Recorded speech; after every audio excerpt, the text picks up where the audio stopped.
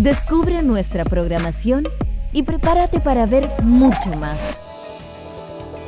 Más puntos de vista, más deporte, más series, más arte y ciencia, más música y cine, más documentales, más entretención para grandes y chicos.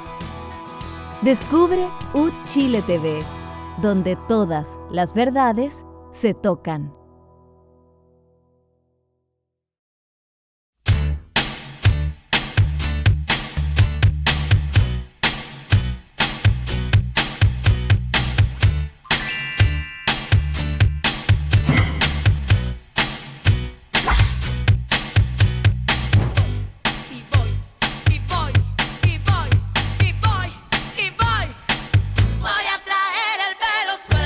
Bienvenidas y bienvenidos a un nuevo capítulo de Descabelladas.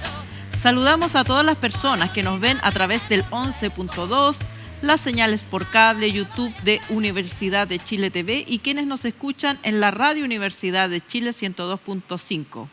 ¿Cómo están, chiquillas? Bien. ¿Qué tal? Sí. Es que creo que tengo que saludarlas antes de decir qué es lo que vamos a analizar. Mientras vemos lo que vamos a analizar, las invito a abrir la galletita de la fortuna que nos dejaron aquí. Mira tú. Hoy conversaremos sobre la prisión preventiva, era que no, decretada en contra del ex subsecretario Manuel Monsalve y los nuevos antecedentes conocidos sobre el caso. Además, abordaremos la recta final en la batalla por Santiago y otras gobernaciones que enfrentarán este domingo a candidatos como Francisco y Claudio Orrego. Y analizaremos también distintas polémicas en torno a la aprobación del presupuesto 2025 que todavía se está desarrollando en el Congreso. Y en nuestro espacio de conversación estaremos con Valentina Muñoz, directora del área penal de la Asociación de Abogadas Feministas, ABOFEM, para profundizar en el caso Monsalve y otros de violencia de género que se están viendo en estos días.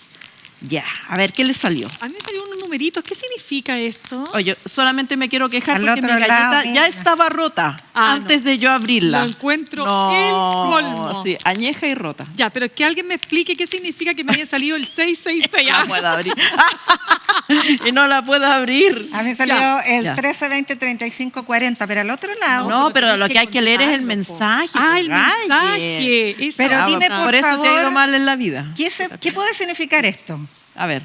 Una vez que hay personalizado. ¿Cómo? ¿Qué? Son las traducciones del chino al español. Echado, despedido el traductor. Nunca por una repulsión renunciar a la finalidad que haya resuelto a... ¿Qué? ¿Qué? No, ya. No es mío. Dice, pelea y arrepentimiento. Me ofrezco para traducir en mejor español que esto. Pelea y arrepentimiento son hermano y hermana. O sea que, esto se entiende. Ya. No pelees porque te vayas a Firma el arrepentir. patriarcado. Esa onda. Ya, listo. Chao. Bueno, alias, nada que hacer. Alias el inventor del patriarcado. Pelea y arrepentimiento. Bueno. Hermano y hermana. Así, hay que pelearse para después reconciliarse. Exactamente. Ya, no estamos de acuerdo. No. Todo lo que dijo esta galletita de la suerte. Menos gracioso sí es lo que acaba de ocurrir ayer con la formalización y aprobación de medidas cautelares contra el ex subsecretario del Interior, Manuel Monsalve, quien está en este minuto recluido en un penal de Rancagua con otras personas acusadas de delitos similares. Hemos conocido en estos días a través de filtraciones fundamentalmente porque gran parte de la audiencia se declaró secreta en protección de los derechos de la víctima. Pero hemos sabido cosas que se consideraron y que tomó en cuenta el juez para declarar esta prisión preventiva, fundamentalmente por considerar la gravedad de las penas que se le aplicarían al delito, más que otros argumentos que también se invocaron, como riesgo para la víctima o peligro para la sociedad. ¿Usted quiere decir algo sobre el caso Monsalve? Varias cosas. Varias. Vamos por parte. Mira, Desafortunadamente, y voy a explicar por qué desafortunadamente no pudimos escuchar la audiencia de formalización. No se pudo escuchar porque se opuso la defensa del imputado. Porque me parece que después, leyendo todos los antecedentes, las estrategias jurídicas que tenía la defensa y también, por supuesto, la estrategia de la Fiscalía, es una acción pedagógica de mucho valor para entender lo que es el consentimiento. Entonces me fui al Código Penal, porque de haber sido citado varias veces ahí, la violación se produce cuando se usa fuerza o intimidación, cuando la víctima se halla privada de sentido o cuando la víctima, cuando se aprovecha la incapacidad para oponerse de la víctima. Y esto es súper importante porque en 2010 esta tercera causal, cuando se aprovecha la incapacidad para oponerse, era para oponer resistencia. Y quedó solo en incapacidad para oponerse. Porque es mucho más relevante el consentimiento. Es mucho más explícito en estas descripciones la importancia del consentimiento para establecer una relación sexual. Y por eso digo, desafortunadamente no fue pública porque al menos este proceso, si algo tiene de bueno, es eso, es que ha sido una verdadera clase de conciencia social, conciencia de género, conciencia jurídica, conciencia política y conciencia periodística respecto de qué es una violación. Y es algo que por lo tanto tenemos que atesorar para la enseñanza de las personas, para que nunca más nadie pueda decir es que yo no sé cuándo hay consentimiento o no hay consentimiento de la mujer. Bueno, si la mujer no puede oponerse, no puede oponer resistencia, si no puede oponerse, bueno, pues no hay consentimiento. ¿Significa eso una declaración notarial que dé permiso? No significa una declaración notarial, porque también se festina mucho con esto. Claro. Y en ese sentido creo que este caso ha sido súper bien ejemplarizador. Vamos a analizar, por supuesto, numerosas hebras, para no decir aristas de este caso, pero estamos dando las primeras impresiones. Luces. A ver, yo creo que por supuesto tiene dos dimensiones, para no decir aristas, dos dimensiones. La dimensión jurídica, pero me quiero detener en la dimensión política, porque por mucho que el gobierno haya querido encapsular el caso en la figura de Monsalve, en tanto él, probable o presunto autor de estos dos delitos que se le imputan, es imposible encapsularlo. ¿Y por qué es imposible encapsularlo? Porque a la medida que vamos conociendo las declaraciones de personas que estaban cercanos a Manuel Monsalve, entre ellos Gabriel de la Fuente, asesor directo, y otros 11 funcionarios que supieron de esta situación que afectaba a la funcionaria, la verdad es que uno lo que logra determinar es que acá esta seguidilla de errores que se cometieron hacen de este el caso más grave y probablemente la peor crisis política que ha vivido y que va a vivir este gobierno. Yo creo que efectivamente yo soy de aquellas que, digamos, coincido con los que creen que esta es una mancha que no sale con nada. Esta mancha no sale con jabón gringo, no sale con ni el mejor de los detergentes que los puedes dejar remojando, no sale. Pero tampoco te puedes desprender de la prenda, porque la prenda es el gobierno. Y el gobierno tiene que terminar su periodo, y por supuesto que hay muchas cosas más que tiene que hacer este gobierno. Pero en definitiva creo que aquí no queda otra que aceptar que se equivocó tanto el presidente como su equipo, el equipo que estuvo a cargo, llámese el segundo piso, aquellos que participaron de esta decisión de dejarlo 36 horas o 2 días, como ustedes quieran, de mandarlo a Bío Bío, de que finalmente terminara defendiendo el presupuesto, y que cuando ya había salido la portada de la segunda, el gobierno le permite salir en un punto de prensa donde además este señor aparentemente se arranca con los tarros y aprovecha a tirar su propio discurso y que él va a defenderse. Por lo tanto, yo creo que acá el primer error, bueno, está claro, no haber aplicado los protocolos que están más que, se supone, claros, particularmente en un gobierno feminista que tiene una mirada de género. No hubo un plan de crisis, no se diseñó ese plan. No se suspendió inmediatamente a la persona inculpada o más allá de que se le creyera. Estamos pensando que la denuncia que hay en contra de él es muy grave, por lo tanto, la primera decisión debió haber sido la suspensión inmediata. Y lo otro, fíjate, no haber puesto los cortafuegos necesarios para no tener que, finalmente, este caso, tener que recaer en manos del presidente y de su grupo de asesores, entre ellos Miguel Crispi, sin que hubiera ninguna mujer entre medio, digo, en la decisión final, porque van a decir la ministra del Interior sí, pero la ministra del Interior no participa de toda la conversación. Dirán, bueno, ¿y por qué no la ministra de la Mujer? Bueno, la ministra de la Mujer estaba en Ginebra. Entonces la pregunta es, bueno, ¿y por qué no la ministra vocera de gobierno? Entonces, la decisión se toma entre 4 paredes, solo hombres, y que toman muy malas decisiones. Sí, yo creo que 2 cosas quedan claras tanto de la audiencia de formalización como de los antecedentes que han surgido, que se han revelado a través de filtraciones. Uno es que Monsalve tenía esta idea dolosa, como dijo el juez, antes de la cita, porque de partida él despachó a los escoltas. Entonces, la primera defensa de Monsalve de haber dicho que él se olvidó de todo, tal como la víctima, no se sostiene, no resiste mayor defensa. O sea, creo que es desde la estrategia judicial, mala estrategia judicial, porque hay otros indicios, bueno, aparte de todos los que se mostraron en la audiencia, los videos, verlo tomar decisiones y actuaciones como una persona en capacidad de sus facultades. Por lo tanto, que él estaba incapacitado para darse cuenta de lo que pasaba, no se sostiene. Pero además, creo que políticamente, estos antecedentes que tú señalas, el hecho de que quedan en contradicción 2 cosas que se dijeron al principio y que son fundamentales. Una, que el gobierno solo supo generalmente del caso, una cosa general, y que por eso se tomó el tiempo porque necesitaba tiempo para recabar antecedentes. Ahora sabemos que no, que se sabía inmediatamente que había una denuncia de una funcionaria por abuso sexual, violación, y que había una denuncia por la revisión de las cámaras. Eso lo supo la ministra, fue lo que le informó al presidente, y es lo que el presidente, también sabemos ahora, discute con su segundo piso. Inicialmente la idea era, a lo mejor el presidente actuó de manera espontánea, a lo mejor le ganó la improvisación.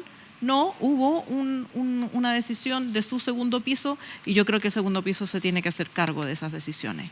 Decisiones como citar a Monsalve, que Monsalve se tomara ya, a mí eso me parece súper raro también, y en una acusación tan grave, esperar que Monsalve volviera de Valparaíso desde las 2 de la tarde hasta las 8:30 de la noche, cuando llega a la Moneda, recién ahí conversa con el presidente, le da su explicación, el presidente le permite irse al día siguiente a Concepción y continuar con sus labores.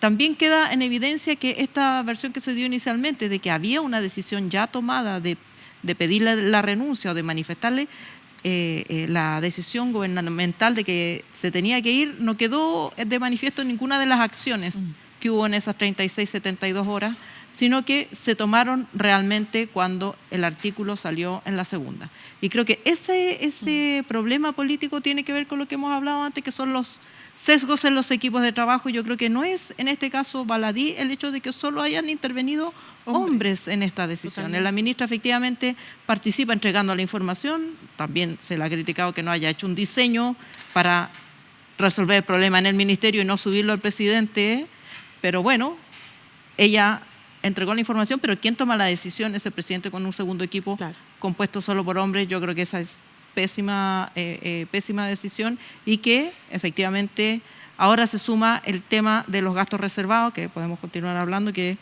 se está investigando, y es probable que Monsalve haya pagado la cuenta con los gastos reservados, lo que todavía hace que el caso tome otras dimensiones todavía más graves. Sí, o sea, yo creo que desde el día 1 que nos tocó comentar esto, tanto aquí como en nuestras respectivas labores periodísticas, hemos dicho que hubo un gran pecado de origen en la actitud del gobierno, que fue, al parecer, creerle, o por lo menos concederle el beneficio de la duda. Una cuestión que uno puede hacer con todos y respecto de todos, pero no en el seno del gobierno, por las consecuencias que puede tener una denuncia tan grave. De ahí en adelante yo tendría mucho cuidado, Alejandra y Mirna, porque creo que se han tendido a instalar supuestas contradicciones que no existieron. No es cierto que hubo contradicciones, no es cierto que el presidente haya dicho que quería despedirlo el primer día y que después se arrepintió y que después... No, él dijo, vaya, avísele a su familia, vuelva y vamos a tener una decisión tomada, y la decisión la toma. No sabemos si es la hora 1 o en la hora 36, pero yo tendría mucho cuidado porque, por ejemplo, se producen malas políticas y mal periodismo aprovechando de una situación tan seria, tan límite como es una violación, un escándalo político como es una violación de parte de una persona de altísimo nivel de un gobierno, pero de ahí a todo lo que se ha urdido en torno a eso, instalando ideas de manipulaciones, se ha llegado a hablar, fíjate, yo creo que en esto hay que ser súper cuidadoso, como periodista sobre todo, pacto de silencio. O sea, perdónenme, pero yo no puedo creer que ninguna persona decente, y si estamos con gente indecente en la moneda, entonces cerremos por fuera, ninguna persona decente va a hacer un pacto de silencio para encubrir una violación. Y se está hablando de pacto de silencio, de contradicciones. Se llegó a hablar, es que escúchame el siguiente titular que leí yo ayer en el Exante. Voy a leerlo textual. Investigación de caso Monsalve compromete cada vez más a Boric. Revelan participación de Crispi y Durán, asesores claves del segundo piso. O sea, perdóname, pero esto es un titular mala leche, ¿no? O sea, nadie ha pretendido, nadie tiene ningún indicio de que haya habido un deseo, una intención, un indicio siquiera de encubrimiento de nada. Lo que hubo fue una mala decisión política, lo que hubo fue un pésimo manejo de crisis. Una falta de diseño. Lo que hubo fue, es que, ¿cómo vaya a diseñar? O sea, no se puede diseñar una estrategia para enfrentar un escándalo de esta envergadura completamente imprevisible.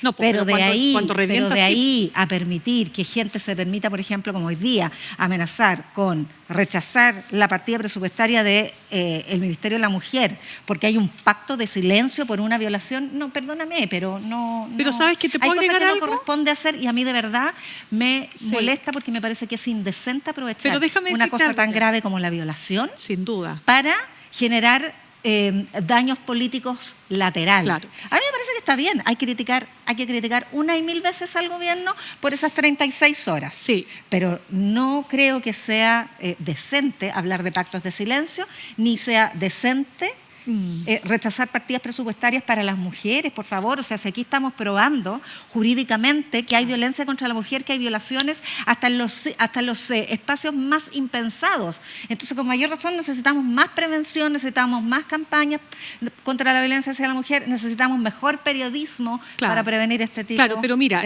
más allá de ese titular, más allá de lo que dice Gael y Matei, recordemos que el fin de semana hay elección, entonces todo eso está muy marcado por, digamos, por ese evento eleccionario. Pero hay una cosa, y yo comparto contigo, o sea, yo tampoco veo acá un gobierno, por muy falta de pericia que tenga el grupo que tomó la decisión que tomó, tratando de ocultar esto, porque además, o sea, perdón, te metes en un tema judicial, o sea, no, en absoluto no lo creo, pero sí, lo que yo sí veo es una cuestión que me parece desde el punto de vista político lo más delicado del mundo. Yo sí creo que le creyeron al victimario en las primeras horas, y yo diría que hartas horas, le creyeron al victimario. El victimario les dice, aquí, primera cosa, yo puedo haber sido víctima de una extorsión, y segundo, aparentemente lo habría dicho, tengo una relación o tengo algo más que una simple relación jefe-subordinada. Y eso es lo que yo observo. Y yo observo, como dices tú, Ale, muy bien, que no lograron dimensionar la gravedad de la denuncia, y aparte de no lograr dimensionar la gravedad de la denuncia, por consiguiente no tomaron la decisión a tiempo de diseñar una propuesta de crisis, cómo vamos a abordar esta crisis, y se demoraron tanto que les ganó el quien vive la segunda. Les ganó el quien vive la segunda. Ellos sabían que esto iba a salir y les ganó el quien vive la segunda. Pero dígame usted, ¿alguna de las dos piensa que en el gobierno a alguien se le ocurrió la peregrina idea de que era posible esto, taparlo por más de, no sé, 2 días? Yo no sé si lo creyeron o no, pero no tampoco parece que hubieran actuado pensando que se iba a filtrar. O sea, el jueves en la mañana estaba la ministra Toa con Monsalve defendiendo el presupuesto. No había ningún indicio de que estuvieran manejando alguna crisis. Ese es un dato objetivo. Yo quiero decir que efectivamente hay aprovechamiento político y judicial en distintas cosas. Por ejemplo, hay un aprovechamiento judicial en extremar o en poner a mí me parece que lo que ha pasado con esta periodista Ilse Sepúlveda es grave, porque se junta el periodismo, se junta digamos, la representación. Cuenta lo que pasó porque hay gente que no sabe. Claro. La periodista, digamos, según los relatos, visita a la víctima en 2 ocasiones y en alguna de esas ocasiones le dice, ten cuidado porque Monsalve es poderoso, te puede pasar algo. Y se interpreta, y esto yo lo entiendo, desde el punto de vista de la familia, el entorno familiar, estás hipersensible, cualquier cosa te puede parecer amenaza. Pero que se replique así, tal cual, sin que haya un análisis más neutro, más frío de parte de los periodistas que reciben esa información, buscar otros antecedentes para ver si efectivamente hubo una amenaza y ponerlo así, puso a esa profesional en una situación laboral imposible y además la expuso en redes sociales, en fin, se transforma en una especie de funa. Entonces, cuando el periodismo se junta con la funa, pésima idea. Y también se aprovechan, por supuesto, los fiscales extremos en ciertas medidas. También pasó con algunos funcionarios que son del círculo cercano de Monsalve, y perdón, pero el círculo cercano de Monsalve, entonces, si vamos a considerar el círculo cercano de Monsalve cómplice o protector o encubridor, entonces se está extremando y hay gente que están despidiendo por eso, porque le fue a dejar pucho a la casa. Sí. Yo quiero ir para eso, sí. Se ha extremado también judicialmente. ¿Había necesidad de detener a Monsalve y ponerle esposa? Probablemente no. Pero también la Fiscalía y los jueces hoy día funcionan con un libreto televisivo. Digamos, hay que llevarlo esposado porque es lo que la gente... También la Fiscalía gana puntos, que le habían bajado los puntos en otro momento. Todos en algún momento, alguna parte va a extremar los argumentos y... También creo, como tú, que la audiencia debió haber sido pública para que pudiéramos todos tener acceso a los mismos elementos, sobre todo porque la parte de la víctima no se oponía a la publicidad de la audiencia. Pero dicho esto, a mí sí me parece que hay contradicciones del presidente y esas dos son claves. Yo escuché esa conferencia de prensa y el presidente dio la idea de que... O sea, un punto que dio él es que él no reaccionó por la segunda para pedirle la renuncia, sino que él ya lo tenía resuelto de antes. Y los antecedentes hasta ahora no demuestran que él lo tenía resuelto de antes. Yo creo que eso es una contradicción. Pero ¿cómo vaya a demostrar una decisión que está en tu conciencia? Pero o sea, por eso mismo, ¿cómo tú puedes...? Entonces tampoco puedes demostrar lo contrario. Sí, pero es como si yo tenía pensado... Pero si te mandan, es que el dato... no hay una acción pero tú no puedes construir una contradicción a partir de lo que supones pensó después de pensar. Porque entonces el tema de las cámaras, por se equivocó ejemplo, al decir que pensaba pedirle la renuncia porque no se manifestó eso de ninguna manera. Los errores que cometió La Moneda en el yo momento puedo terminar mi punto, porque claro. yo creo que está ese punto de la renuncia y también está el punto de que necesitaba más antecedentes, porque tenía antecedentes suficientes para haber resuelto inmediatamente la suspensión, por lo menos. Si no es que le diga que le pida la renuncia, queda suspendido sus labores mientras que se aclara el Pero hay un elemento indiciario. ¿Puedo decir algo? Un Bueno, elemento indiciario, renuncia, Ale. pero- Hay un elemento indiciario que tú mencionas. Pero y es haberle que va permitido al Congreso a defender el presupuesto. Una persona que ya tomó la decisión, un presidente que ya tomó la decisión, no lo manda al Congreso a defender el presupuesto el día jueves. Y yo creo que eso es una Pero si contradicción. no lo mandó el presidente. Bueno, o sea, es que de verdad, el gobierno no es lo que manda. de verdad, no nos hagamos, es que no reproduzcamos mitologías que se han instalado que no son ciertas. Ay, pero entonces No son se ciertas. manda solo. Se mandó solo, fue solo al Congreso. Pero ¿cómo crees tú que se debate el presupuesto? Pero, o sea, ¿tú crees que el presidente debió haberlo llamado y decirle, Ya oye, conversó no vayas, con él. no hagas ninguna de tus actividades? Le Pero dijo, si ya conversó anda a con avisarle a tu él. familia Sí. y a la vuelta Demos. Ya, pero la vuelta mientras yo llega- recabo antecedentes. El gallo, o sea, perdona, pero Eso es a mí me donde- parece que si hay alguien responsable de que él entrara a defender el el presupuesto, presupuesto? es la persona que estaba ahí con él en el presupuesto, que era O la sea, la ministra. ministra. Claro. No, eso no tiene ninguna explicación, ninguna. Se refiere a la decisión tomada, que no estaba tomada la decisión de sacarlo del cargo. Es que- Yasna. Yana, yo especular creo que sobre es cuándo se legítimo, toma- pedirle al presidente explicaciones de por qué dijo o dio a entender que él ya tenía tomada la decisión de pedirle la renuncia a Monsalve cuando no hay evidencia O sea, de que eso yo haya creo ocurrido. Es legítimo pedirle, no solo legítimo, es imprescindible pedirle a todos los actores que intervinieron en esto todas las explicaciones del mundo, pero con la verdad, no diciendo que porque dijo que pensó y no pensó, no diciendo que porque pagó con 20 lucas el taxi entonces hay que levantar los gastos reservados. Los gastos reservados hay que investigarlos porque estamos frente a una persona que no era íntegra. Y que por lo tanto quien puede lo más, puede lo menos. Si violó a una mujer, bien pudo haber hecho una serie de otras ilicitudes durante sus acciones.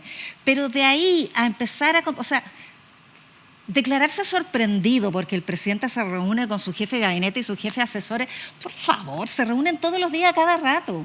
Tienen las oficinas contiguas. ¿Alguien cree que va a tomar una decisión No. sin ellos?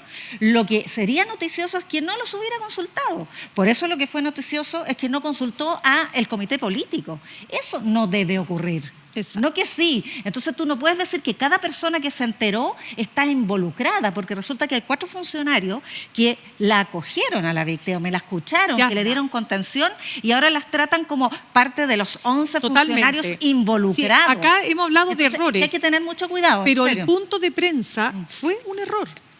Sí. Fue un error. Sí. O sea, porque ya ni siquiera que el tipo se arranca con los tarros diciendo, oye, pero yo voy a demostrar mi inocencia, que se supone que eso no estaba en el libreto. No.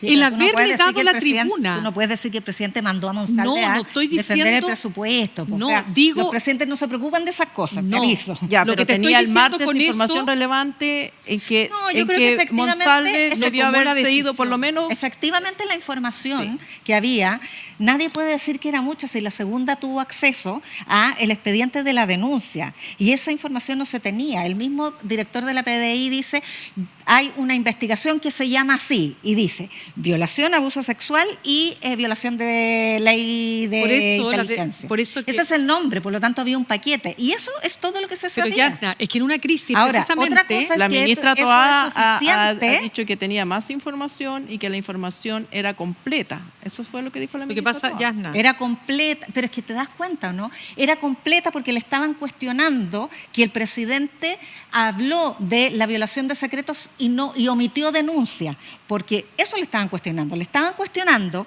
que él, sabiendo que Monsalve había visto las cámaras, omitió la denuncia de que se violaron las cámaras. Entonces la ministra dijo, el presidente sabía porque yo se lo dije.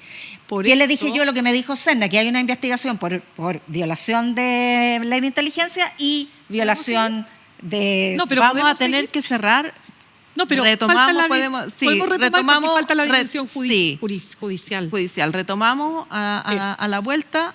Tenemos otros temas de que hablar, pero este tema es muy importante, sobre todo en este programa de analistas mujeres. Así que nos Exactamente. vamos ahora a una pausa y continuamos el programa. Bueno. ¿Cuál es la receta para el éxito? ¿Ser un alumno ejemplar y obediente? ¿Estudiar una carrera universitaria conocida y lucrativa? Pero, ¿te imaginas haciendo otra cosa?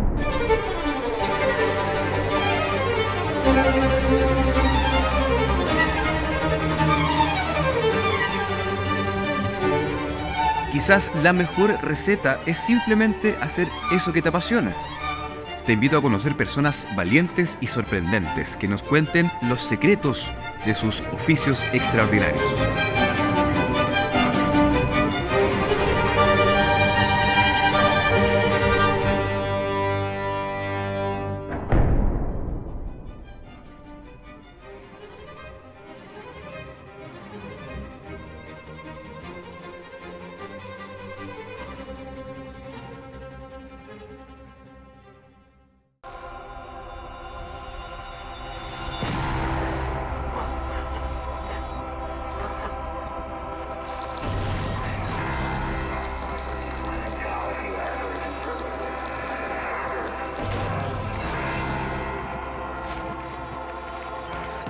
televisión la mejor serie chilena de ciencia ficción, Gen Nichima.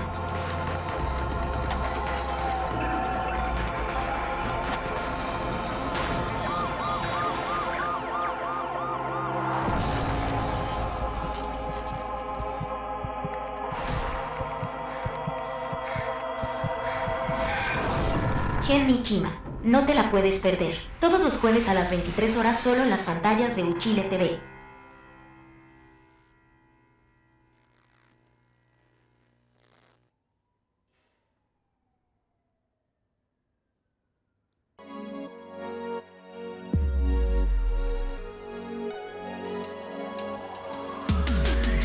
¿Eres virgen o no eres virgen? Wow. ¿Y vos? He estado con niños, con niñas, con niños, niñas. Nunca he estado con niños y niñas al mismo tiempo. Me gustaría hacer eso antes de morir. Transformación, transformación profunda, transformación, transformación profunda. A través del tiempo, todos deben enfrentar a su transformación.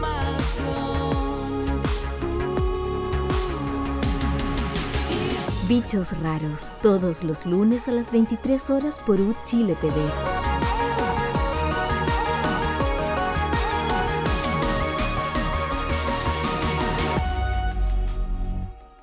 Estamos de vuelta en Descabelladas y queremos invitarlos e invitarlas a ver los lunes a las 22 horas la serie Bichos Raros. Perdona, pero es que estábamos aquí agarradas del moño. Continuando la conversación. Solamente les quiero decir que tenemos 3, 4 temas más en pauta y que vamos a conversar con una especialista en nuestra hora de la entrevista. Vamos a continuar en este caso, así que les voy a dar la palabra para su punto de cierre porque se quedarán atragantadas, pero por favor, continuemos cortito con la pauta. Ya, mira, yo decía que había una dimensión política, que ya la hablamos, la discutimos, y hay una dimensión judicial, que es la que está enfrentando hoy día el ex subsecretario. El subsecretario, su defensa, ha querido instalar dos temas. Uno, que él no recuerda lo que pasó, que hasta ahora pareciera ser que eso no se dice, no se condice con lo que hemos visto, las imágenes, etcétera. Nos vemos una persona que está desorientada, a diferencia de las imágenes que se han visto respecto de la supuesta víctima. Y por otro lado, que habría algún tipo de relación, que esto no era como que el jefe y la subordinada, sino que aquí había algo y empiezan a salir los chats donde, nos fuimos a tomar un café, pero resulta que no se pudo concretar el café, entonces ella le dice, me quedé con el outfit listo, entonces alguien dirá, ¿qué es outfit? Porque sí, es la vestimenta, ya me quedé con el outfit. El atuendo. El atuendo, entonces me quedé con, ¿cómo decir? Me quedé con los crepos estos en la época de nosotros, ahora se usa más. ¡Ay, qué vieja! Se me cayó el carnet. Los crepos estos. Vamos, que tenemos... Lo que quiero decir es lo siguiente, a mí ¿qué me preocupa de lo que ha pasado con este caso y de lo que implica para una víctima, ojo, atreverse a denunciar? Esto es muy importante, porque he escuchado, no pocas personas, pero sobre todo he escuchado mujeres decir que todos estos elementos, pero ¿por qué ese ¿Por chat? qué aceptó ir? ¿Por qué aceptó ir al café en el Costanera Center? ¿Por qué resulta que dejó que le subieran el sueldo? ¿Por qué dejó que la trasladaran a la oficina cercana? ¿Por qué? ¿Y por qué finalmente va con un jefe a un restaurante un día domingo? Bueno, ojalá tuviéramos esa respuesta. ¿Por qué? Porque estas relaciones asimétricas y de subordinación total, aquí hay un jefe y una subordinada, más allá de lo que quiera instalar la defensa, son súper complicadas. Pensemos además que ella vivía en Curanilahue son del mismo lugar, son familias que se conocen, no digo que sean amigos, el padre dice no somos amigos, pero se conocían.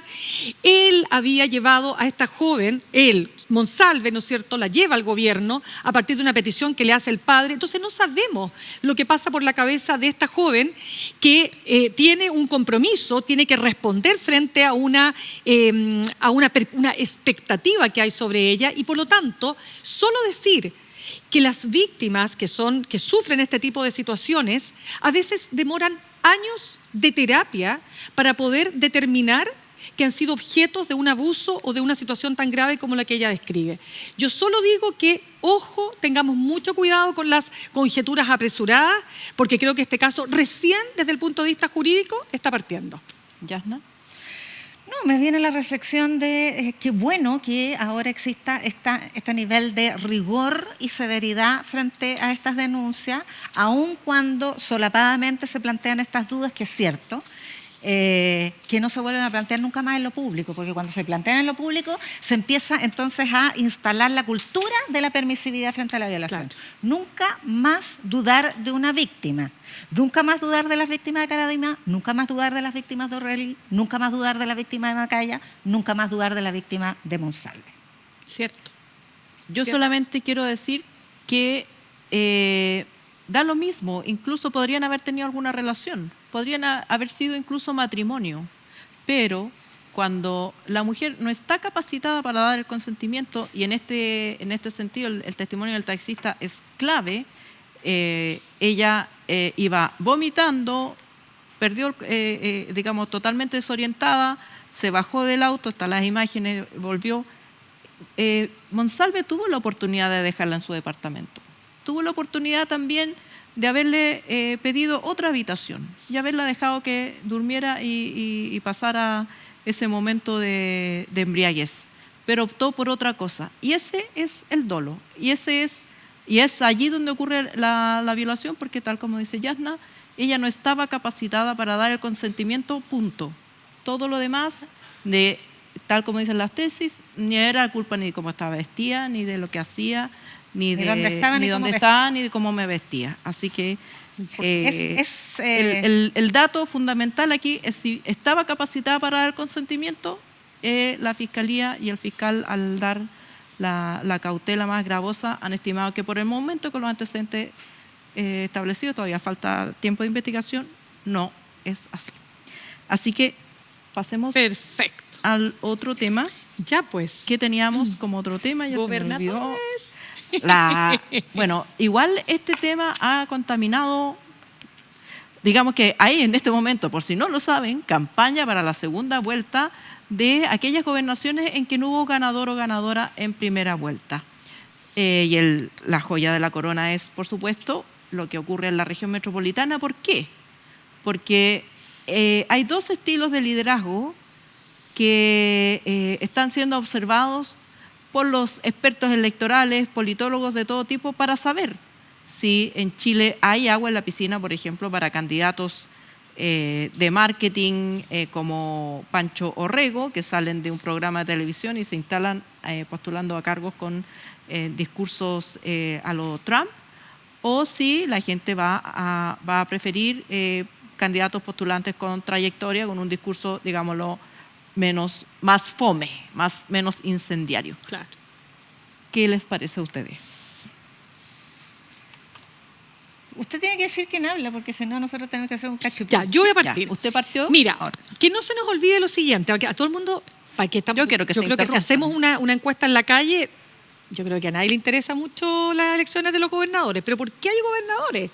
Hay gobernadores porque se tomó la decisión hace 4 años, ¿no?, de que este era el camino para elegir autoridades democráticas, no designadas por un gobierno, es decir, no intendentes, sino que gobernadores que representaran, bajo la voluntad popular, representaran a la región y por lo tanto descentralizar el país. Ese es el concepto, es súper importante. Ahora algunos dicen tienen pocas facultades, pero no tan pocas porque tienen muchos recursos. Y ahí está el escándalo de las fundaciones, que sin embargo no afectó tanto, salvo el de la Araucanía, que está más complicado, y por supuesto otros 3 que decidieron no ir a la reelección producto del escándalo, digamos. Pero a lo que voy, es una elección importante por la cantidad, después de la presidencial, es la elección donde más votantes votan por una autoridad. Y desde ese punto de vista, algunos la quieren convertir en un plebiscito respecto al gobierno y otros para medir fuerza respecto de las colectividades. Pero las colectividades ya midieron fuerza. Ya midieron fuerza las elecciones municipales, particularmente los concejales, ¿no es cierto?, y los cores. Por lo tanto, yo diría que hoy día lo que más llama la atención es si es que efectivamente Claudio Orrego se va a lograr mantener en la región metropolitana, que es la que más votos tiene, si efectivamente el incumbente Mondaca va a ganar en Valparaíso, y no me acuerdo cuál es la otra que está en disputa, como más o menos, que está como peleada, la tengo por ahí anotada, pero yo diría que eso es lo fundamental, y que incluso si la derecha pierde la región metropolitana con Francisco Orrego, la verdad es que le fue estupendo en las elecciones pasadas. Entonces, No, pero sí creo que la pérdida, si no gana Pancho Rego, la derecha pierde un relato. eso sí. Pierde el relato Ahí- del plebiscito al gobierno. Porque Totalmente si de pierde acuerdo. Pancho Rego, entonces quiere decir que el gobierno está bien evaluado. Ya, eso es un tema que, Bueno, por eso supuesto. es un gran punto, porque es un pie Exacto. forzado que se impuso la propia derecha. Y yo diría más, la propia Evelyn Matei presidencializó la elección de gobernadores y por lo tanto eso puede significar que o gana Evelyn Matei, si ganan sus gobernadores, al menos aquellos por los cuales se ha jugado, que son Pancho Rego y María José Hoffman, o pierde Evelyn Matei si pierden sus candidatos a gobernadores. Y eso es muy complejo. Fue una jugada bastante audaz, considerando que la elección metropolitana está bastante reñida. A esta altura uno no se atreve mucho a hacer pronósticos, pero es cuestión de sumar los votos que obtuvieron los distintos candidatos de derecha, sumar los votos que obtuvieron los distintos Claro. candidatos de izquierda. Pero parece que no es, parece que y según la encuesta la brecha es mayor. Es que lo que pasa es que además es voto en voto obligatorio. Las personas pueden también determinar mucho cuando votan blanco o nulo. Claro. Y ese voto ya supimos que en Core fue del 25%. No, altísimo. Donde menos fue 10%, que fue en alcaldes. 10% nulo blanco. Aquí en una elección que ha tenido muy poca visibilidad, poca campaña, que no es en todas las regiones, aunque es en casi todas las regiones, son 11. Sí. Son 11 segundas vueltas. Pero de todas maneras el factor de decisión a última hora es muy importante. Pero yo diría que la explicación que va a tener que dar Evelyn Matei, o el champañazo que va a tener que dar Claro. Evelyn Matei, cualquiera de las dos posibilidades es enorme, es de proporciones, porque se presidencializó mucho. En cambio, el gobierno lo único que ha hecho en esta elección es tratar de pasar lo más inadvertido posible, correrse por la vereda, y por lo tanto, y lo más probable además, desde el punto de vista de la configuración electoral, es que esto sea mitad y mitad, porque ya Eso es lo que se el está oficialismo calculando. ya tiene 4. Exacto. Ya tiene 4 que eligió en primera vuelta. Va a tener 5 porque hay una región donde los dos candidatos son de centro izquierda. Claro. La derecha tiene 1 y va a tener otro porque también hay 12 Hay regiones una donde donde son dos. claro, y tiene 5 bastante competitivos. Entonces lo más probable es que sea 9 y 7, 8 y 8, y esa contabilidad no le sirve a la derecha.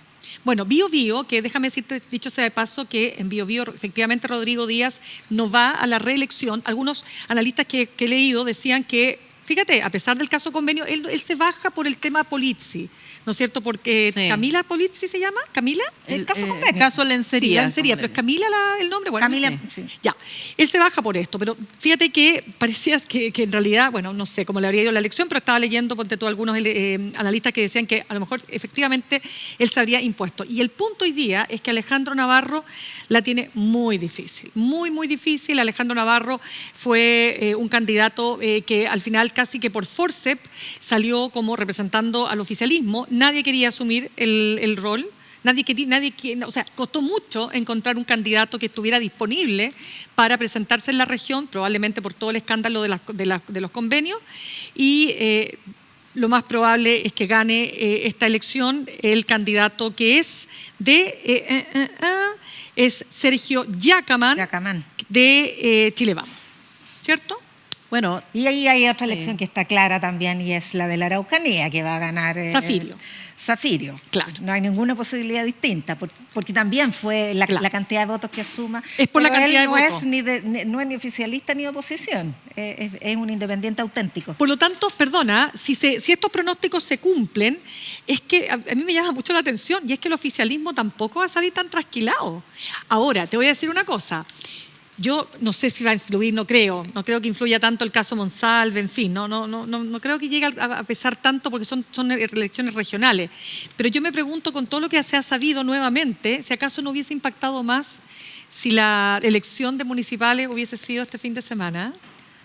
no creo, porque yo creo que, por impactó ejemplo, tanto en las sí. municipales, no tendría por qué impactar en esto, no es... Pero yo sí les tengo una pregunta. A ver, En las municipales quedó como en una posición privilegiada, aunque él dice que no quiere, pero Tomás. quedó presidenciable Bodanovich. Tomás Bodanovich.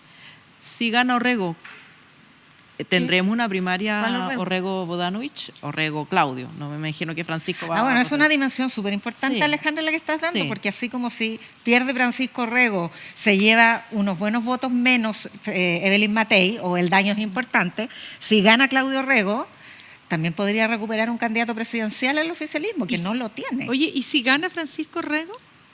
Sumando los votos de la derecha. Y si gana Francisco Orrego, ¿qué pasa con Evelyn Matei? Porque yo creo que Francisco Orrego es un candidato que Chile Vamos apoya, pero a regañadientes. Bueno, Es tienen más, un año- es más del gusto republicano. Tienen un año para esconderlo. Claro. No, lo que pasa es que todos los O políticos, disfrazarlo, porque para el foro llegó disfrazado. Sí. pero todos los A los políticos, Frey le pusieron gomina. todos los políticos de su sector, que probablemente por debajo deben decir, uy, les da como un poquito cosa, pero bueno, ya está. Todos dicen, no, pero otra cosa es con guitarra, él se va a moderar, porque así, y siempre te ponen el ejemplo de Gabriel Boric. Entonces, ¿cómo se moderó el presidente Boric? Pues entonces ese también se va a moderar. Claro. Pero digo, igual es un problema, porque te aparece, o sea, apoyas a alguien, ese alguien gana, y la candidata principal, ¿cómo va en esa disyuntiva? Porque si Francisco Orrego gana, ¿no queda posicionado también como presidenciable? Bueno, espérate, puede ser. Sí, pues. Conversando mira, he conversado O sea, con como le dos- pasó a Fujimori con Toledo, que Oye, pero Fujimori espérame. infló a Toledo Buen punto. y después ganó Toledo la presidencia. Oye, pero ¿sabes? Déjame decirte solamente, mira, entrevistado en estas últimas 2 semanas a 2 personas de Renovación Nacional, a la senadora Paulina Núñez y al diputado Miguel Mellado. Y los dos, no, tiene que haber una primaria. No, por supuesto, tiene que ¿ves? haber una primaria. ¿Viste? Entonces tú dices, Ups. Bueno. Buen punto. Algo más que decir de los gobernadores, porque ya estamos en la mitad del bloque y tenemos otros temas. Ya, pues yo no tengo nada más que decir, Yo- salvo que gane el más mejor. Yo creo que un tema que debiera importarnos a todos, ¿no? Debiera importarnos a todos porque influye en la vida de todos y todas, querámoslo o no, prendamos la tele o no, escondamos la cabeza debajo de la arena o no, el presupuesto. El debate sobre el presupuesto de la Nación para el 2025 partió, como ya lo habíamos visto, con un acuerdo marco de rebaja de las pretensiones expansivas de este presupuesto, en vez de ser un 2,7%, que el gobierno se compromete a solo aumentar un 2% el presupuesto y ya pasó por la Cámara, donde algunos parlamentarios se dieron gustitos de cómo poner que el presidente y sus ministros se van a tener que hacer test de droga. Yo pondría más bien que se hagan todos los funcionarios públicos un test psicológico para ver si no hay presuntos depredadores entre ellos, sería más importante, pero bueno. Pusieron eso y también le pusieron 1.000 pesos al Instituto Nacional de Derechos Humanos, han rechazado otras partidas en educación, el Ministerio de la Mujer, en fin. Y ahora está la discusión en el Senado, donde el gobierno ha ido recuperando algunas de las cosas que se rechazaron en la Cámara, pero otras no. Y hay algunas que todavía están en riesgo, como el presupuesto para el Instituto Nacional de Derechos Humanos. ¿Y por qué le pusiste incivilidades? Porque incivilidades, porque tienen la tupé, como tienen la tupé de las viejas, de aprobar indicaciones que son inconstitucionales. Pues esa es una incivilidad. Y con los votos, además, algunos votos del propio oficialismo, al Marcel, yo lo veía así ya, pero que más canas no le podían salir. Pero no se le caen los pelos, fíjate. Pero es que No, tiene mucho sí, pelo. Fija que no le... No, es si se le nota. No se le cae el pelo, no, porque parece que es Mario que a los más jóvenes es la calvicie el problema. Sí. De la... Es que este señor no va a ser calvo, créeme, por favor. Es de pelo duro. Yo creo que no. No, es Sí. que está muy bien usado el No es de los término, querida Marceles Alejandra. franceses. Está muy bien usado el término Sí, incivilidad ya. porque de verdad la inconstitucionalidad es una incivilidad. En el plano de la analogía, porque de verdad uno quiere que los parlamentarios cumplan la Se ley. comporten. No, que cumplan la Sí, ley. mínimo, claro. Que no den jugo con el presupuesto, que es algo, como tú bien lo introdujiste, tan relevante para el gasto público y las políticas públicas. Y son los gobiernos los que hacen las políticas públicas y los que proponen un presupuesto y, de acuerdo a la Constitución que nos rige, el Parlamento puede aprobar, rechazar. No puede incorporar nuevos gastos. Esa es la característica que tiene el sistema hiperpresidencial chileno es esa. Una de las rasgos es que hay iniciativa exclusiva del Ejecutivo en materia de gastos. Incluso ninguna ley que implique gastar, por ejemplo, leyes de otra materia, no el presupuesto, que implique gastar plata, no la puede presentar un parlamentario. Así está estructurado nuestro hiperpresidencialismo y por lo tanto respetémosla. El pobre presidente Piñera, que reclamaba porque había un parlamentarismo de facto cuando se legislaron los retiros, fue justamente eso, como para no respetar la iniciativa exclusiva del Ejecutivo en una determinada manera que la Constitución establece, se hace una reforma constitucional. Y eso hicieron. Entonces, no estamos legislando para cambiar la seguridad social, sino que estamos legislando para reformar la Constitución. Y vía reforma constitucional, entonces, se permitieron los retiros previsionales. Aquí, lo que están haciendo es presentar nuevas leyes en vez de aprobar o rechazar el presupuesto. Porque esta idea del test de droga, está bien que se hagan test de droga, que se hagan todos los test necesarios para tener a los mejores y las mejores. Pero si tú vas a aprovechar el proyecto de presupuesto para empezar a legislar y hacer políticas públicas, entonces no hay ninguna organización del gasto público. Y si al mismo tiempo quieres que el gobierno reduzca gastos, entonces no funciona, no conversan esas dos actitudes. De hecho, lo decía el pobre Marcela en una de estas noches en vela. Sí. Oiga, me están pidiendo que rebaje 600 millones de dólares y por otro lado las dos primeras intervenciones de los senadores han sido quiero aumentar más gastos. Pónganse de acuerdo porque así no. De hecho, le dieron más gastos reservados a la Subsecretaría Interior. No, que se lo habían privado. Ahora, es bien interesante esta conversación del Estado, porque la semana partió de la salud fiscal, quiero decir, pero la semana partió con una entrevista de Evelyn Matei diciendo que el gobierno tenía que sincerar que no le va a dejar un peso al próximo gobierno. Que efectivamente, si las arcas fiscales están muy estresadas, ya no hay aquello que se denominaba holguras fiscales, que eran gastos que finalmente, por ejemplo, los subsidios eléctricos, se calcula una determinada y finalmente se piden menos subsidios y ahí hay una holgura, sobró esa plata. ¿Qué está pasando efectivamente? Entonces, la PGU, la Pensión Garantizada Universal, se iba a financiar en buena medida por holguras fiscales, dijo el ex ministro de Hacienda de la época. Pero resulta que este gobierno, además del 8% de déficit fiscal que le dejaron, además de la inflación que estuvo, recordemos, casi en el 14%, tal cual. Deuda 50.000 millones de dólares, tiene que financiar esta PGU con holguras que no existían, entonces evidentemente hay un déficit. Total. Y esa cifra se las tiró Marcela, la ministra, y en ese contexto se inició este segundo trámite de la ley de presupuesto. Digo, para que la gente vaya pensando dónde se sienta cuando va a tomar decisiones presupuestarias.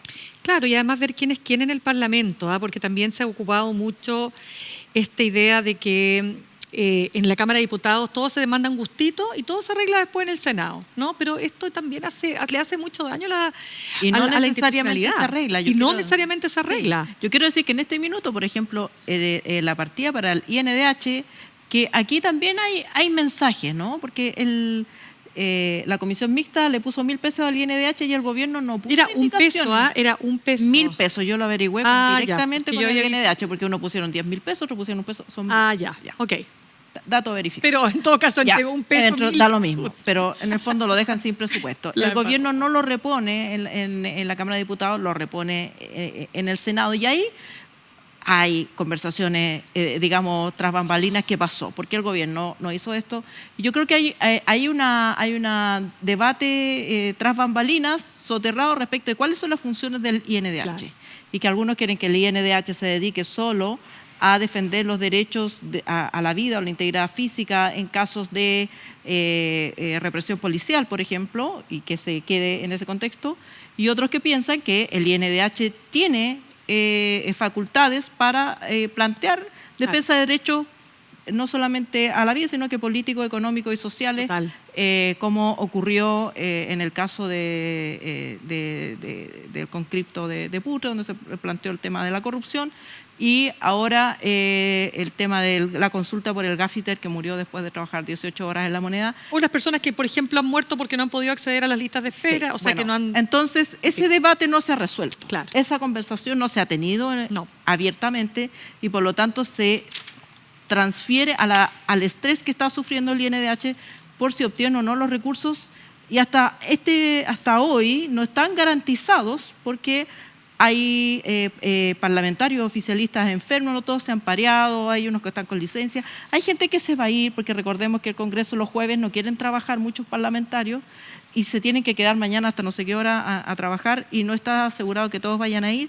y así todo el INDH necesita 2 votos de oposición para poder garantizar este presupuesto y por lo tanto no está garantizado el presupuesto para el INDH y probablemente lo mismo pase en otras partidas. Entonces hay un problema, tal como dice Yasna, que los debates políticos no resueltos se meten en la discusión presupuestaria. Bueno, el año pasado, recordemos, lo hizo el propio gobierno con las ISAPRES.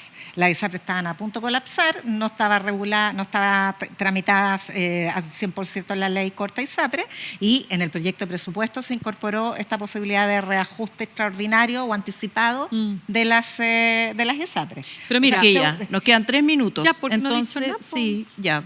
Es que tú dijiste que no querías hablar No, del presupuesto. pero bueno, voy a decir, le doy los 3 minutos, resuelve usted si quiere hablar de presupuesto o de la G20. Ah, chuta. Sí. Ya me, no, no. la G20. No, Sí. no voy a hablar de la G20. Ya. Voy a hablar de los 3, de lo último que también se desaprobó, que es el financiamiento para estos 48 SLEP, que son los servicios locales de educación pública. Y acá opiniones del tipo que logramos rechazar el financiamiento de los SLEP para detener su implementación, un diputado republicano, Cristian Araya. Resulta que... ¿Ves que son incivilizados? Una de las cosas súper importantes es decir, fíjense, que no hay escúchenme bien, ningún estudio serio, académico, de think tanks, como les gusta decir a los ciúticos, incluyendo el CEP, que señale que hay que volver atrás. Ninguno. Todo lo que dicen es lo siguiente: esta fue una política pública que se logró consensuar para sacar a los liceos públicos de los municipios por la enorme desigualdad que significaba pertenecer a un municipio pobre respecto a uno rico, etcétera, etcétera. Ese es un tema que ya se resolvió. Entonces, todos aquellos que dicen no, que hay que volver olvídense. No hay ningún estudio serio. Lo que dicen los estudios serios es que evidentemente hay que hacer mejoras, que esas mejoras se hacen con leyes, que son las leyes que tienen que hacer los propios parlamentarios, pero en ningún caso, por una situación que ha ocurrido en Atacama, que sin duda es compleja, tú vas a echar por tierra las cosas buenas que se han hecho, como por ejemplo el SLEP de Huasco. Y yo conversaba esta semana con Sebastián Izquierdo, que es un investigador del SLEP que se ha encargado de estudiar este fenómeno, y es lo que él señalaba. Y decía además que él no cree que la centro-derecha está en esa disposición. Por lo tanto, cuidado con esas personas que son de extremos, por cierto, que hablan de... Porque además, ¿saben qué? Y con esto termino. Cuando tú le quitas el financiamiento a 48 SLEP, ¿sabes a quién le estás quitando el financiamiento? A las personas más vulnerables. No, además, imagínate la angustia de las personas en este minuto que, por más que el gobierno asegure no se preocupen, el proceso continúa, se genera incertidumbre en la familia respecto a qué va a pasar con los hijos y la educación. No, y como mecanismo político de presión es muy nefasto que se recurra a este tipo de manipulaciones extremas, como rechazaron o algo, para hacer puntos políticos en circunstancias que después igual se terminan reponiendo en los presupuestos. Pues sí, queda todavía la comisión mixta. Después del Senado vuelve a la Cámara, va a haber disenso, pero hay una comisión mixta y después... después, al año siguiente. Tenemos que pasar a nuestra siguiente sección, así que vamos a estar con nuestra invitada, Valentina Muñoz. Nos vemos. Abogada de Abofem. Abogada de Abofem. Llega a Uchile TV la serie documental que se pregunta por qué. The Why. Esclavitud moderna. Igualdad de género. Pobreza y desigualdad. Derechos civiles y políticos. Historias que dan cuenta de problemáticas centrales del mundo en el que vivimos.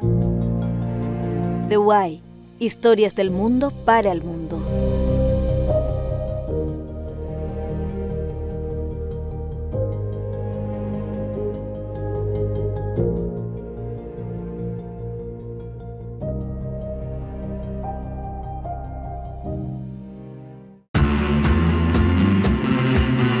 Yo creo que siempre me dijeron, más que cualquier cosa, que tenía que ser una mujer correcta, de bien. Tenía que ser señorita.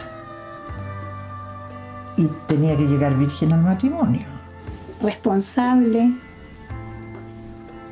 buena mamá y buena esposa.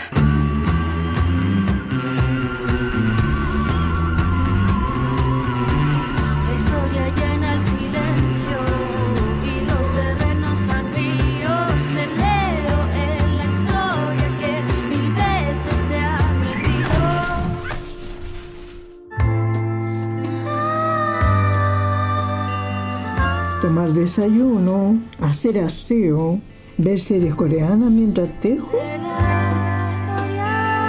Lavar la loza, doblar la ropa, ordenar. Arreglar a los niños para ir al colegio, preparar las colaciones, ir a dejarlos al colegio.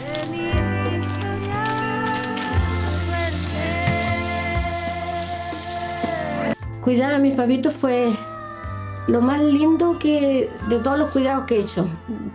Llega el momento que como hija tiene que cuidar a su mamá.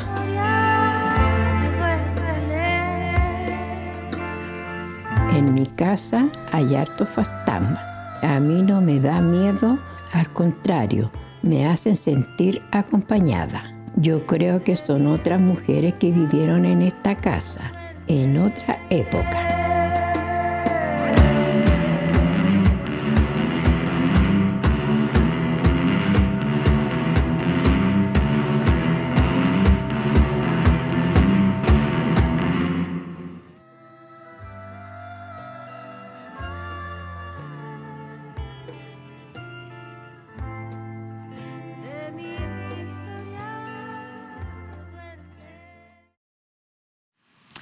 Estamos de vuelta en nuestro espacio de conversación junto a la abogada y directora del área penal de ABOFEM, que es la Asociación de Abogadas Feministas, ¿no? Valentina Muñoz. Valentina, bienvenida. Hemos tenido acalorado debate y conversación sobre este tema que es muy central y es muy importante, que es el tema del caso Monsalve, no solo por el caso en sí mismo, sino que por tantas denuncias de violación y abuso sexual que probablemente no se estampan por el temor precisamente a estas conversaciones que describíamos aquí mismo de pero mira cómo iba vestida y que por qué fue a tomarse un pisco sour con el jefe, etcétera. ¿Cuál es tu visión del caso? Yo creo que hay hartas aristas que tomar en este caso. Bueno, efectivamente hay un temor de las víctimas a denunciar y sobre todo estos sesgos y estos estereotipos de género que se van produciendo a lo largo de los juicios. Y cuando estos casos salen a la luz pública, también hay muchas víctimas que lo sienten un poco suyo. O sea, en el fondo yo estoy viviendo lo mismo y muchas veces desde lo que se está viendo es cuando toman las determinaciones de, ¿sabéis qué? No voy a denunciar porque no quiero someterme a esto, claro, o sí voy a denunciar porque en verdad tal persona me dio la fuerza para denunciar, por ejemplo.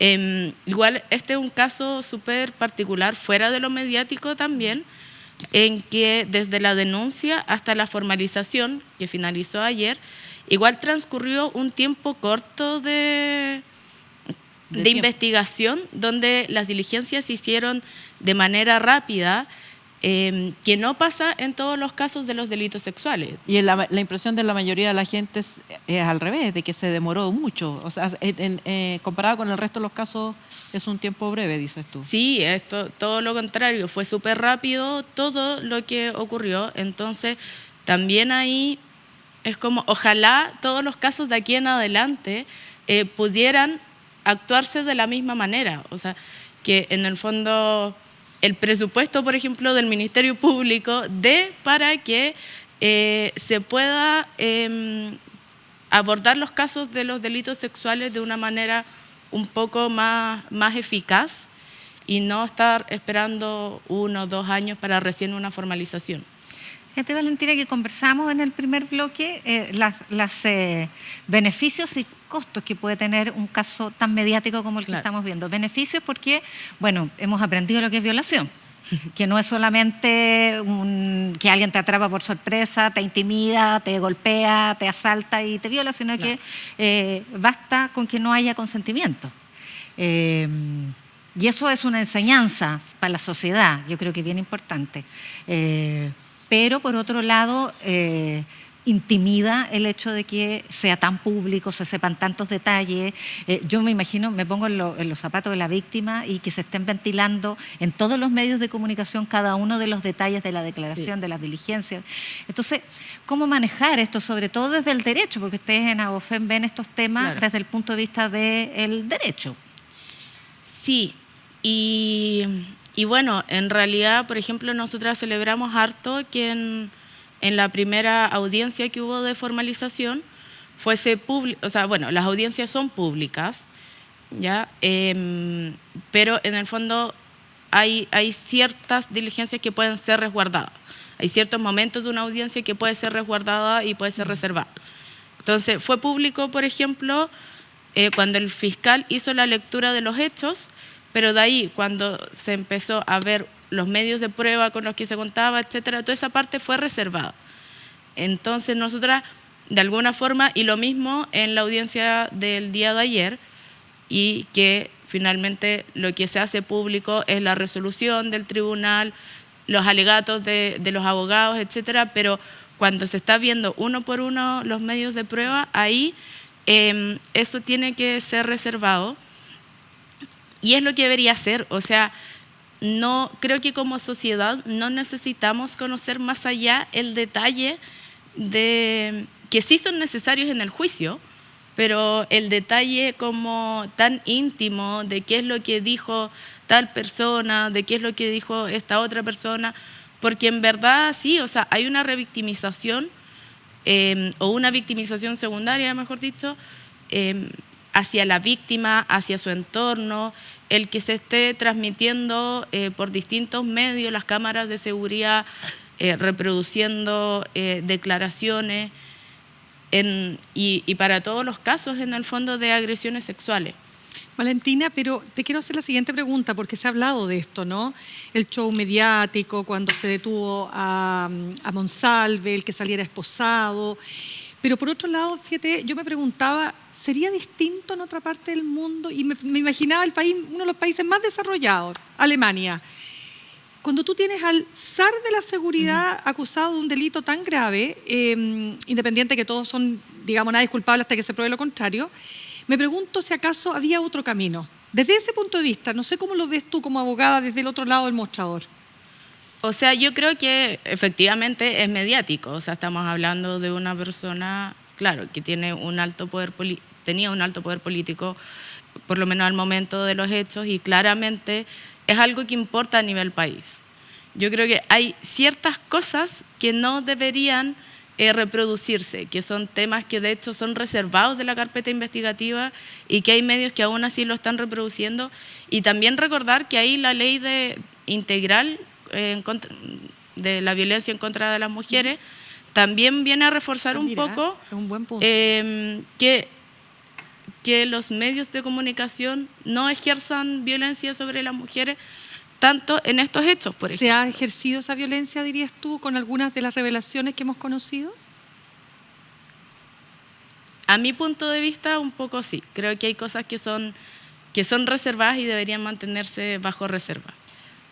Por lo menos ha habido, los medios por lo menos hacen un esfuerzo por justificar la presentación de piezas, cosa que no ocurrió en el caso, por ejemplo, de Návila Rifo, donde se leyó en un matinal y se comentó íntegramente el examen ginecológico, digamos, y se invitaban a pseudoexpertos a decir que digamos, tal vez el agresor había sido un extraterrestre u otras personas, digamos, hubo horas y horas gastadas de información para decir que el agresor no era el que finalmente la justicia condenó.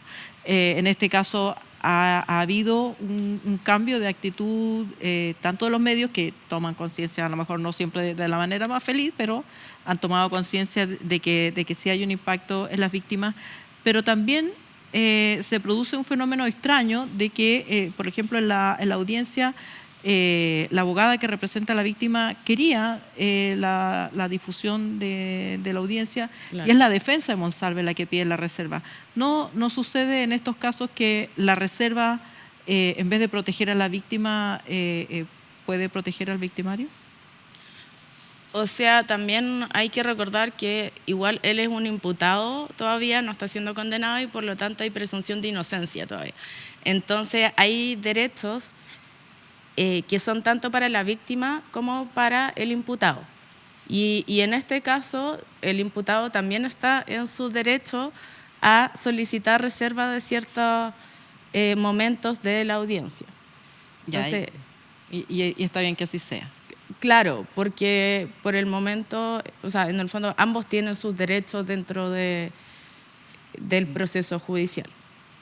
Y el juicio público, porque más allá de que el impacto que puedan tener en la víctima, en el victimario, también tienen impacto en los jueces, en los fiscales. O sea, es muy difícil abstraerse de la presión mediática de condenar a una persona, por ejemplo. O sea, el malo es malo y hay que condenarlo, y de hecho son reacciones sociales súper legítimas, pero además muy estudiadas, claro.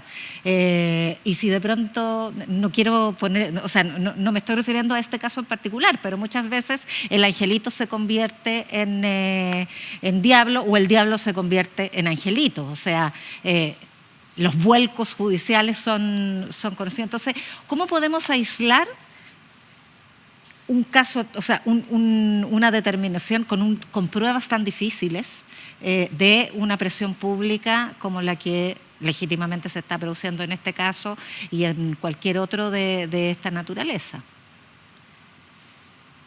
Yo creo que es complejo. Los jueces, los fiscales están un poco más acostumbrados, por así decirlo, a, en el fondo, tener estos casos públicos, casos que son difíciles, porque además uno tiene que abstraerse, en el fondo, de la opinión personal que uno tiene para, en el fondo, enfocarse en solo el objetivo. Entonces, ese es como la gran base de enfocarse en el objetivo. Tenemos tales pruebas, por ejemplo, en el caso de la Fiscalía, que son contundentes y por lo tanto vamos a acusar a una cierta persona. En el caso de los jueces, tienen que, en el momento del juicio, se tiene que acreditar más allá de toda duda razonable. Entonces ellos tienen que, bajo ese parámetro, decir cómo se cumplió o no se cumplió el estándar probatorio. Pero se trata de ser lo más objetivo posible, y por eso también nuestro sistema judicial es un poco complejo quizás, en el sentido de que primero estamos ante el juzgado de garantía, ¿ya? Que es quien ve toda esta etapa claro, desde de investigación en el fondo hasta que se dicta la acusación, se ve cuáles son las pruebas que se van a llevar al juicio, y después el juicio lo toma un tribunal, el Tribunal de Juicio Oral en lo Penal, que está compuesto por lo menos 3 jueces. Entonces ahí también es, en el fondo, el resguardo a la imparcialidad, y que el mismo juez, por ejemplo, que estuvo en toda la etapa de investigación, no va a ser el juez que va a ir a fallar después en el juicio en sí. Ahora, una pregunta que quiero hacerte, Valentina, para efectos de entender estos casos, porque en general se dice que son difíciles de probar. Difíciles de probar, y particularmente cuando la denuncia no es inmediata. O sea, cuando, mejor dicho, la víctima o la presunta víctima no, digamos, recurre a los organismos, llámese servicio médico legal, que permitan constatar el acto mismo de la violación. ¿Qué ocurre en general? Que aquí los jueces fallan en función de indicios que hacen, por ejemplo, llegar a la convicción de que, más allá de toda duda razonable, efectivamente se cometió el delito. Claro, y por eso también se hace el llamado a incorporar la perspectiva de género en todo el proceso y entender que un caso de violación o de abuso sexual, porque incluso la violación es más fácil de probar, pero el abuso es mucho más difícil de probar, no tiene el mismo tipo de pruebas que un portonazo. Entonces, partiendo de esa base, claro, hay que entender cómo podemos probar una violación, cómo podemos probar un abuso sexual. El caso perfecto es que la víctima vaya y denuncie al tiro y se le hagan las pruebas, ¿cierto?, en el servicio médico legal, que se hagan las pericias en la ropa, etcétera. Pero como decían, cuesta mucho atreverse a denunciar. Y cuando una víctima se atreve a denunciar, esas pruebas probablemente ya no están. Valentina, ¿te puedo hacer una pregunta, Ale, cortito, que me interesa? Aprovecho de preguntarte cómo has visto la situación que se ha descrito a partir de esta relación asimétrica entre un jefe, además un hombre poderoso, por supuesto, y la subordinada. Todo lo que ha habido, todo lo que pasó entre medio, los acercamientos, el que la sacaran de una repartición para ponerla más cerca de él, el que cambiaran las funciones, que le subieran el sueldo, etcétera. Quiero preguntarte, ¿cómo has visto tú esa situación? Yo creo que esa situación no debería ser, bueno, quizás va a ser un fundamento de la defensa, pero no debería ser tan parte del juicio propiamente tal. Porque claro, pueden haber muchas cosas por detrás, pero en el fondo lo que estamos juzgando aquí es una conducta específica que ocurrió un día específico. Independiente de incluso si hubiese habido una relación. Claro, efectivamente, porque la violación puede ocurrir habiendo relación o no. Una mujer puede querer en algún momento algo y luego arrepentirse, pero en este caso, incluso más allá de... O sea, no había forma de que la víctima pudiera dar su consentimiento en el estado en el que ella se encontraba. Entonces, claro, hay otro... Si fuese quizás en una situación distinta, se podría ahí hablar de si efectivamente había una relación o había subordinación o, no sé, denuncia por otros temas políticos, por ejemplo, etcétera. Pero en este caso, lo que se ha demostrado es que la víctima estaba en una incapacidad total para poder dar su consentimiento porque estaba en un estado tal que no era posible. Pero eso aquí es bien bueno, perdón Alejandra, pero es que es súper bueno ser bien concreto porque estas son cosas bien delicadas. La ley dice que no puede estar no puede estar en incapacidad de oponerse, ¿verdad? Así es.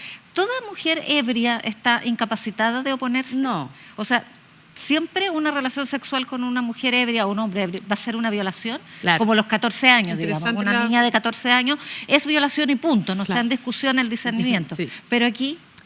Es una pregunta súper interesante porque también habla de esto que se ha hablado, sobre todo, yo creo que en España, por ejemplo, hay mucho más material sobre eso, sobre el consentimiento entusiasta.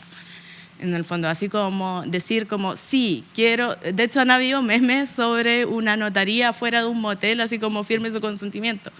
Porque, claro, ¿hasta qué punto llegamos? Yo si me tomo una cerveza con mi pareja o con una persona con la que quiero pasar la noche, probablemente sí esté un poco ebria, pero no me significaría la incapacidad para oponerme. Entonces, ese es un punto, es una línea como muy difícil de distinguir y por eso es que también se ve en el caso a caso. Claro. Porque es distinto una mujer que se toma 3 piscolas y está súper bien, a quizá una chiquilla que no toma tanto y al tomarse 1 o 2 cervezas o un primer pisco sour, ya está en un estado de ebriedad que no podría en el fondo dar su consentimiento. Entonces, ante la pregunta, que creo que es muy interesante, no en todos los casos de haber alcohol entre medio, se podría hablar que una persona no está capacitada para dar su consentimiento, sino que habría que ver caso a caso. Y otras cosas en el contexto del caso. Valentina, nos quedan 5 minutos, así que yo voy a hacer una pregunta y ahí les dejo para que veamos el tiempo. Pero ha habido, ya que tú eres parte de Abofem, ha habido una crítica directa o indirectamente, había una editorial del Mercurio incluso que critica al movimiento feminista por no haber marchado, no haberse manifestado en este caso como se ha manifestado en otros, y le atribuyen una cierta inhibición política al movimiento feminista en el caso Monsalve. ¿Tú cómo interpretas esa crítica? Yo creo que siempre va a haber crítica para todo. Creo que por lo menos nosotras como Asociación de Abogadas Feministas, sí nos hemos pronunciado y también por eso estamos acá, pero hay que ser cuidadosos también, hay que ser cuidadosos con lo que uno dice y la crítica a los casos de violencia contra la mujer son a quien sea, en el fondo. Quien ejerza la violencia, nosotras vamos a estar ahí para criticar, sea UDI, sea del gobierno, sea un jugador de fútbol, etc. O sea, creo que no puede haber color político en esto. El movimiento feminista está por algo y claro, si bien hay un sector que está más reacio a los avances feministas, no significa que por eso en el fondo nos vayamos a abanderar con una persona que es del otro sector y que cometió violencia. No, o sea, es un caso, en este momento es un caso que está en investigación, hay que esperar un juicio, pero en lo que tenemos nosotros, por supuesto, que como movimiento feminista vamos a estar siempre apoyando a las mujeres y a las víctimas. Oye, antes de que se acabe el plazo, ¿puedo hacer un aviso de utilidad pública? Sí. Hágalo. Hazlo tú. No, tú ¿Lo puedes. haces tú o lo hago yo? Soy la última en subirme al carro. No, y también a Valentina. Lo que pasa es que, Trump, el electo presidente de Estados Unidos, designó como su secretario o director del Departamento de Eficiencia Gubernamental, en una figura que es muy como la extraña. motosierra. Sí, como la motosierra lleva al... Sí, es un buen símil. ¿Sí? A Elon Musk. Claro. Que entre otros pequeños emprendimientos tiene a ex Twitter, hoy ex. Exacto. Y hay mucha preocupación en general en las comunidades preocupadas de la información, de la convivencia social, de las redes sociales, en evitar que se contamine la deliberación, la vida en sociedad que pasa hoy día por las redes sociales en un componente importante, por este tipo de figuras que no aportan a la democracia, por decirlo menos. Entonces han tratado de surgir una serie de redes sociales alternativas. Hay una que es muy parecida a ex Twitter, que se llama Blue Sky. Que en vez de un pajarito es una mariposa. Tiene una mariposa. Blue Sky. Creo que uno de los fundadores. Le recomiendo. Sí. Le recomiendo explorar, abrir su cuenta. Mirna, yo y Alejandra esta tarde misma, ya hemos abierto nuestras cuentas ahí, estamos tratando de... Uchile TV también. Uchile TV primero que nadie. Uchile TV también. Así que es un aviso porque exploremos, ojalá esta vez sí resulte. Pero sí, hay que hacerlo. Pero hay que también... por lo menos tener otra alternativa. Totalmente. No significa dejar una, hay que vitrinear. Exactamente. Bueno, justo el tiempo adecuado y necesario para terminar este programa. La conversación, por supuesto, esperamos que continúe en sus casas, en sus lugares de trabajo. También estemos dispuestas y dispuestos a cambiar de opinión si los antecedentes así nos indican. Muchas gracias, Valentina, por haber estado con nosotras y ayudarnos a pensar en este tema. Gracias, y nos vemos el próximo miércoles, donde yo no voy a conducir. Vas a estar. No, sí. Chao, chao.